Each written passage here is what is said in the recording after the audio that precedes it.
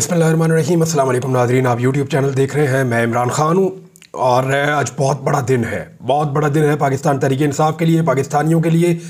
चंद घंटे बाकी हैं जब इमरान खान साहब को पेश किया जाएगा वीडियो लिंक के ज़रिए से सुप्रीम कोर्ट ऑफ पाकिस्तान में। लोग इमरान खान को देख पाएंगे, लोग इमरान खान को सुन पाएंगे। अडयाला जेल से जो खबर आई थी रात गए, वो ये थी कि इमरान खान साहब की वीडियो लिंक के लिए तैयारियां मुकम्मल कर ली गई हैं। अभी भी चीज़ें जो हैं उनमें अगर मगर बाकी है, यानी हो सकता है कि कोई ना कोई दाव लगाने की कोशिश की जाए, हो सकता है कि एंड टाइम पे कोई ना कोई लिंक डाउन कर दिया जाए, हो सकता है कि एंड टाइम पे कोई ना कोई बहाना बना दिया जाए, कुछ भी हो सकता है। क्योंकि इमरान खान का सामने आना बहुत सारे लोगों के लिए बड़े मसाइल पैदा कर सकता है। तो मुमकिन है कि कुछ हो जाए और मुमकिन है उसका रद्द-ए-अमल भी आए। जैसा कि मैंने आपको कहा कि मुमकिन है कि फिर अदालत ये कहे कि इमरान खान को पेश कर दें, ले आए, या फिर हम पेशी दोबारा करते हैं, कल के लिए तैयारी कर लें, कल इमरान खान को वीडियो लिंक पे लेकर आए। तो इमरान खान तो सामने आएंगे। ऐसा तो हो नहीं सकता कि मज़ीद छुपाया जा सके, मज़ीद उनकी आवाज़ को और उनके चेहरे को लोगों से दूर रखा जा सके। अब देखना यह है कि इमरान खान साहब अदालत में आते हैं तो करते क्या है। दो लोगों का बड़ा टेस्ट है। एक काजी फ़ायद ईसा के सब्र का टेस्ट है कि वो अपने गुस्से को कैसे छुपाते हैं। क्योंकि नॉर्मली हमने देखा कि तहरीक इंसाफ वाले केसेस में काजी फ़ायद ईसा साहब गुस्से में रहते हैं, या वो रिएक्शन उनका एक होता है, या जो कुछ भी इमरान खान साहब के दौरे हुकूमत में काजी साहब ने फेस किया, क्योंकि आज तक बहुत सारे सवालात का जवाब आना बाकी है। तो काजी साहब आज भी चंद शख्सियात के बारे में बड़े वन साइडेडली उनकी एक ओपिनियन है और उसकी बुनियाद के ऊपर वो थोड़ा गुस्से में रहते हैं। और हमने उनका ये देखा भी तर्ज़ अमल, बोलने नहीं देते, बात नहीं करने देते, सवाल के ऊपर सवाल, फिर टोक देते हैं, बार बार टोकते हैं। तो काजी फ़ायद ईसा साहब के सब्र का इम्तिहान है कि अगर किसी को उन्होंने मौका दिया बोलने का, और उस लीडर को जो इस वक्त कौम का सबसे बड़ा लीडर है, उस शख्स को जिसने पाकिस्तान में सबसे ज़्यादा वोट तनहा लिए हैं, उस शख्स को जो पूरी दुनिया के अंदर बहुत मकबूल है, क्या काजी फ़ायद ईसा उसको बोलने देंगे या उसको टोकते रहेंगे? ये डिपेंड करता है काजी फ़ायद ईसा के सब्र पे। देखें, इमरान खान साहब एतराज़ भी कर सकते हैं बेंच के ऊपर। वो ये कह सकते हैं कि काजी फ़ायद ईसा साहब आप इस बेंच से अलग हो जाएं, और आप पे एक एतराज़ है, एतराज़ दायर किया जा सकता है। किन बुनियादों पे? एक तो पहले एक जजमेंट भी मौजूद है सुप्रीम कोर्ट की, जिसमें एक मुअज़्ज़िज़ जज साहिबान ने लिखा था कि काजी फ़ायद ईसा साहब केसेस जो इमरान खान से रिलेटेड हैं उनको ना सुने, क्योंकि उन्होंने बतौर वज़ीर आज़म जब इमरान खान थे तो काजी साहब उनके खिलाफ पटिशनर बन गए थे। तो इमरान खान के खिलाफ जो केसेस हैं उनमें बेंचेस में काजी फ़ायद ईसा साहब ना बैठे।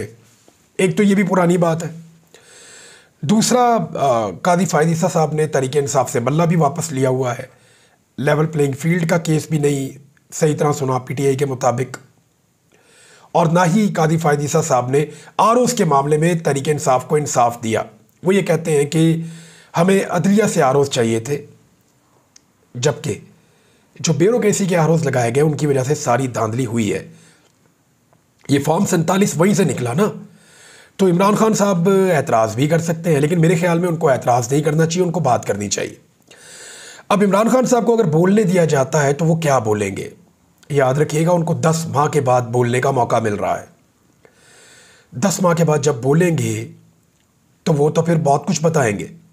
और केस भी इमरान खान साहब का फेवरेट केस है, हुक्मरानों की करप्शन। इसके अंदर तो उन्होंने PhD की हुई है, उनको तो पूरी दुनिया के केसेस रटे हुए हैं, ज़बानी याद है। काजी साहब कोई भी केस का सवाल पूछेंगे, इमरान खान साहब जवाब देंगे। देखिए, इमरान खान साहब तो अपनी हुकूमत की तब्दीली से शुरू होंगे और वो बताएंगे कि इमरान खान साहब के दौरे हुकूमत में जब नैब के कवानीन मौजूद थे, जिनके साथ PTI और इमरान खान खड़े हैं, तो उन कवानीन की मौजूदगी में कौन कौन से हाई प्रोफाइल केसेस हुक्मरानों के चल रहे थे जो इस वक्त हुक्मरान है। यानी आसिफ अली जरदारी के कौन से केसेस चल रहे थे? शहबाज शरीफ के, नवाज शरीफ के, मरियम नवाज के, हमजा शहबाज के, पीपल्स पार्टी के बाकी लोगों के, PMLN के बाकी लोगों के, और MQM के लोगों, जितनी भी पॉलिटिकल पार्टीज जिनके करप्शन के केसेस नैब के अंदर चल रहे थे, वो सारे के सारे कैसे बेनिफिशरी बने। तो इमरान खान साहब को तो केसेस याद है, वो तो बताएंगे कि जाली अकाउंट वाला केस क्या था, चपरासियों के अकाउंटों में पैसे निकले थे।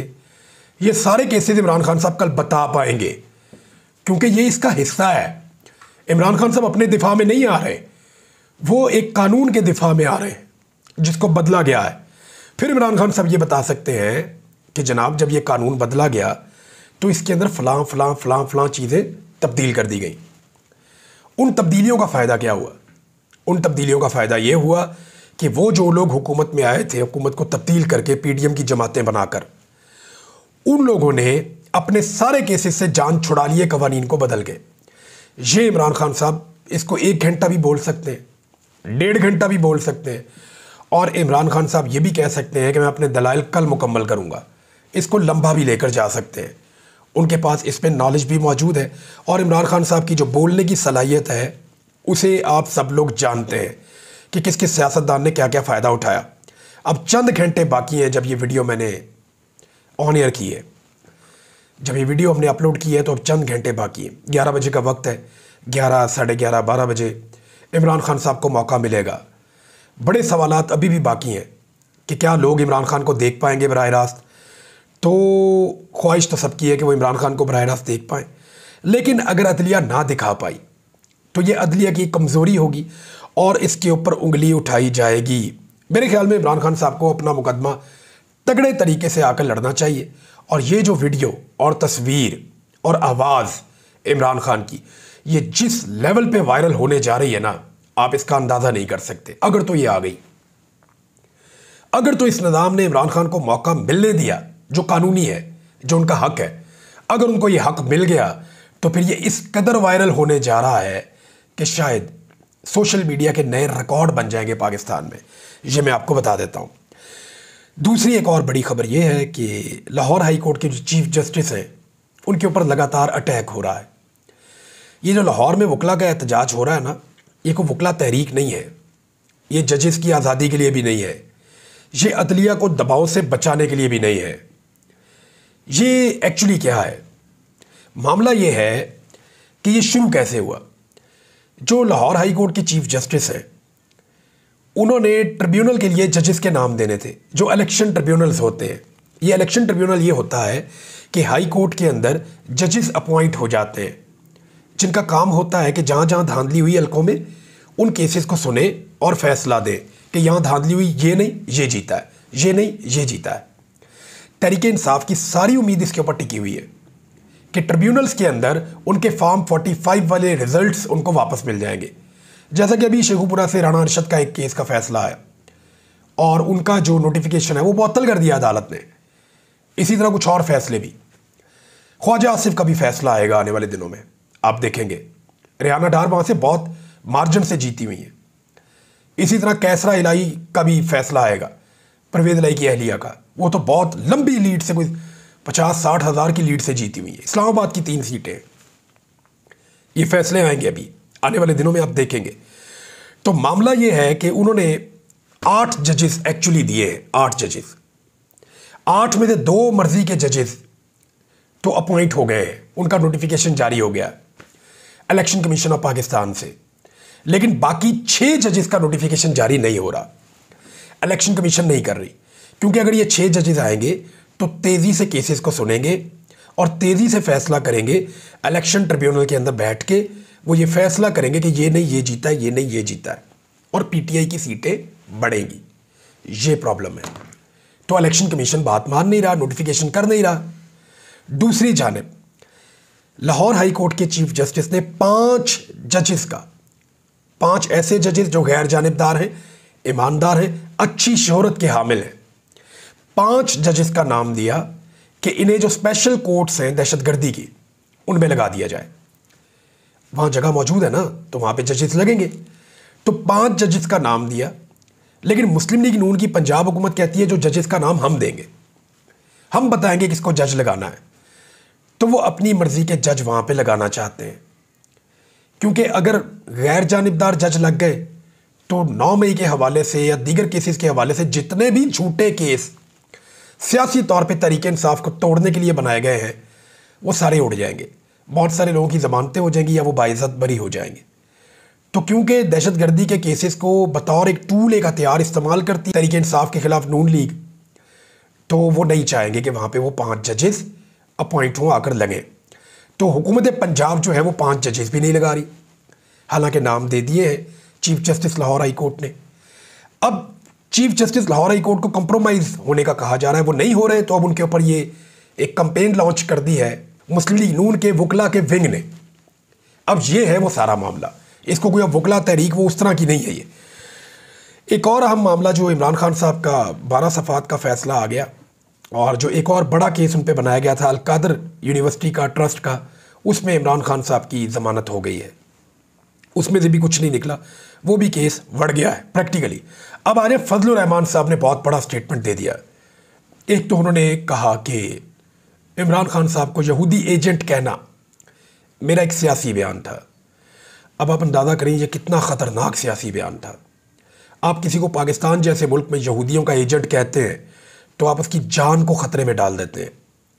फजलुर रहमान साहब ने और PMLN के लोगों ने गुज़िश्ता 2 दहाइयों में इमरान खान को यहूदियों का एजेंट बार बार कहा है। 2 दहाइयों से भी ज़्यादा हो गया, 2.5 दहाइयाँ हो गई। यहूदियों का एजेंट, यहूदियों का एजेंट, और आज वो कह रहे हैं तो हमारा सियासी बयान था। यानी इमरान खान साहब की एक बहुत बड़ी बरीयत हो गई है। अदालत में चलने वाले केसेस से बड़ा मामला ये था, यहूदियों का एजेंट, यहूदियों का एजेंट आज अपने मुंह से कह रहे हैं। तो देखिए अल्लाह ताला कैसे चीज़ें सामने लेकर आता है और कैसे हक सामने आ जाता है कि ये शख्स यहूदियों का एजेंट नहीं है। तो फजलुर रहमान साहब ने जो स्टेटमेंट दिया उसमें उन्होंने कुछ मुतालबात किए। उन्होंने कहा हुकूमत मुस्ताफ़ी हो, दोबारा इंतखाबात करवाए जाए और फ़ौज इंतखाबात से दूर रहे। उन्होंने कहा अगर कौम नहीं उठेगी, अपने वोट को तहफ़्फ़ुज़ फराहम नहीं करेगी, तो फिर हम मुसलसल ग़ुलामी की तरफ जा रहे हैं। इमरान खान साहब वाला बयानिया, ग़ुलामी के ख़िलाफ़ फजलुर रहमान साहब भी निकल पड़े हैं। हालांकि अभी एक स्टेटमेंट मोहम्मद ज़ुबैर साहब ने भी दिया। उन्होंने कहा अब अगर नवाज शरीफ साहब इनकलाबी बनने की कोशिश करेंगे ना, या कोई ऐसा बयानिया बनाएंगे एंटी इस्टेब्लिशमेंट, तो सब ये समझेंगे कि नवाज शरीफ इमरान खान की बी टीम बनने जा रहे हैं, क्योंकि बयानिया इस वक्त कैदी नंबर 804 के पास है और किसी के पास है नहीं। तो फजलुर रहमान साहब ने कहा कि हुकूमत है ही नहीं, दरअसल चंद लोगों को अच्छे अच्छे मनसब दे दिए गए हैं और ये महसूस हो रहे हैं। और उनका मफामत अच्छी थी, लेकिन जब अपने ही छोड़ जाएं तो यही वक्त है कि हम अपने मौके पर डटे रहें और कौम हमारे साथ है। हम जमहूरियत पे यकीन रखते हैं, आइन पर हलफ उठाया है तो फिर आइन को बालादस्त होना चाहिए, आइनी इदारों को बालादस्त होना चाहिए। ये नहीं हो सकता कि इस्टेब्लिशमेंट मुलाजम भी हो और हाकम भी हो, तो बैक वक्त 2 चीज़ें नहीं हो सकती। फजलुर रहमान साहब से पूछा गया कि सदर मुमलिकत बनने की आपको पेशकश हुई थी, तो उन्होंने कहा जी नहीं, मुझे ऑफ़र नहीं हुई, ऐसी ऑफ़रें नहीं हुआ करती, ये गलत बात है। मैं ऐसी सियासत करूं जिसमें हमें ऑफ़र्स की बुनियाद के ऊपर चीज़ें कबूल करें। उन्होंने कहा कौन होता है जो मुझे सदर, वज़ीर आज़म और वज़ीर आला के मनसब की ऑफ़र करता। अब आप अगर वोट देंगे तो मैं पोजीशन में होऊंगा तो खुद ही सदर, वज़ीर आज़म या वज़ीर आला बन जाऊंगा। वो मेरा आइनी और कानूनी इस्तेहकाक होगा। 5 सीटों के साथ मैं कहूँ कि सदर बन जाऊंगा तो ये मेरी सियासत नहीं होगी। इंतखाबात को इतना बदनाम कर दिया गया है कि इसको इलेक्शन कहना नाजायज़ है। उम्मीदवारों से करोड़ों रुपए लिए जाते हैं और जहाज़ भर भर कर ले जाते हैं, असम्बलियाँ बिक रही हैं, उम्मीदवार दरबदर हैं, तो ये इंतखाबात तो नहीं हुए। हमारा मौक़िफ़ वाज़ेह है, मामलात को उसी जगह पहुँचाएँगे कि मसाइल ठीक हो जाएँ। फिर उन्होंने कहा कि श्रीनगर को लेने की हम बात कर रहे थे, मुजफ्फराबाद हमारे हाथ से निकले जा रहा है, ये हमारी सियासत है। फिर चीन के बारे में उन्होंने बात की कि किस तरह चीन के साथ मामलात ख़राब हो रहे हैं। फिर उन्होंने कहा कि चीन डायरेक्ट अफ़गानिस्तान के साथ ताल्लुकात बना के वहाँ से तिजारत करेगा और अफ़गानिस्तान उनको रास्ता देगा और वो चाबहार की बंदरगाह को इस्तेमाल करेंगे जो इस वक्त इंडिया के ज़ेर इंतज़ाम आ चुकी है। तो पाकिस्तान का तो पत्ता ही कट जाएगा इस सिचुएशन में जो फजलुर रहमान साहब पिक्चर खींच रहे हैं। इस पर नाज़रीन मैं एक और वीलॉग करूँगा, मैं आपको बताऊँगा एक्चुअली वो नया मैप मुजफ्फरा कौन सा है जिसको चाइना जिस रास्ते को इस्तेमाल कर सकता है और वहाँ से वो ईरान की बंदरगाह तक पहुँच सकता है, और क्या ये उनके लिए फिजिबल है, कितना ख़र्चा उन्हें करना पड़ेगा और पाकिस्तान के साथ उसके फिर असरात क्या होंगे। नाज़रीन तहरीक इंसाफ ने एक बहुत बड़ा पावर शो किया, बहुत बड़ा पावर शो, और मुजफ्फरगढ़ में उन्होंने बहुत बड़ा जलसा किया है। ये तकरीबन अनअनाउंस था, कोई सोशल मीडिया के ऊपर इसकी आवाज़ नहीं थी, मकामी सतह पे भी कोई रोला नहीं पड़ा हुआ था, और अब तरतली मच गई है PMLN के कैंप में जब उन्होंने मुजफ्फरगढ़ का जलसा देखा। पाकिस्तान तहरीक इंसाफ की वहाँ की लोकल क़यादत थी, लेकिन कमाल जलसा किया उन्होंने, और जिस तरह लोगों ने रिस्पॉन्ड किया, लगता है कि वहाँ पे मौजूद इंतज़ामिया की दौड़ें भी लगने वाली हैं और उनके ऊपर सख्ती भी आने वाली है, क्योंकि पंजाब हुकूमत तो सख्ती से पाकिस्तान तहरीक इंसाफ के हर जलसे और जुलूस को रोकने के लिए पूरा जोर लगा रही है। नाज़रीन, तहरीक इंसाफ ने एक और बड़ा फैसला किया है। वो ये कि 9 मई के जो मुकदमात हैं, इनमें जो दहशतगर्दी की दफ़ात हैं उनको अब वो चैलेंज करेंगे अदालतों में। दहशतगर्दी की दफ़ात ख़त्म हो जाएंगी तो फिर तो इनको बड़े आराम से बेल मिल जाएगी। और दहशतगर्दी के अंदर 90 रोज़ का रिमांड होता है। वैसे जो आम मुकदमात हैं उनमें 14 रोज़ से ऊपर रिमांड जा नहीं सकता। लिहाजा तहरीक इंसाफ के बेशुमार लोग जो हैं वो छूट कर बाहर आ जाएंगे अगर ये रिलीफ उन्हें अदालतों से मिल जाता है तो। नाज़रीन, एक आखिरी खबर है, थोड़ी सी बुरी खबर है, मैं आपको सुना देता हूँ क्योंकि आज बहुत अच्छी खबरें आपको मैंने दी तो एक बुरी खबर भी है। वो ये है कि हुकूमत ने IMF को फिर वादा कर लिया है और उन्हें यकीन दहानी करवा दी है कि वो आने वाले दिनों में बिजली जो है उसको मज़ीद महंगा करेंगे और गैस को भी महंगा करेंगे। यानी वजारत तवानाई की जानिब से बिजली मज़ीद 7 रुपये फ़ी यूनिट तक महंगी करने की यकीन दहानी करवाई गई है। यानी जो कश्मीर में बिजली सस्ती की गई है ना, उसका 4 गुना बोझ जो है वो बाकी पाकिस्तान के ऊपर शायद अब डाल दिया जाएगा। 7 रुपये फ़ी यूनिट तक इजाफे का इम्कान है और टैरिफ जो है वो बहुत ऊपर चले जाएंगे। तो आम आदमी के लिए, पाकिस्तानियों के लिए ये कोई अच्छी खबर नहीं है। जबकि स्टेट बैंक ऑफ पाकिस्तान ने कहा है कि गैर यकीनी सियासी सूरत हाल मुल्क की मईशत पर मनफी असरात डाल रही है। अब गैर यकीनी तो रहेगी जब तक के मामलात बैठ कर टेबल के ऊपर हल नहीं होते। अब तक के लिए इतना ही। अपना ख्याल रखिएगा, अपने इस चैनल का भी। अल्लाह हाफ़िज़।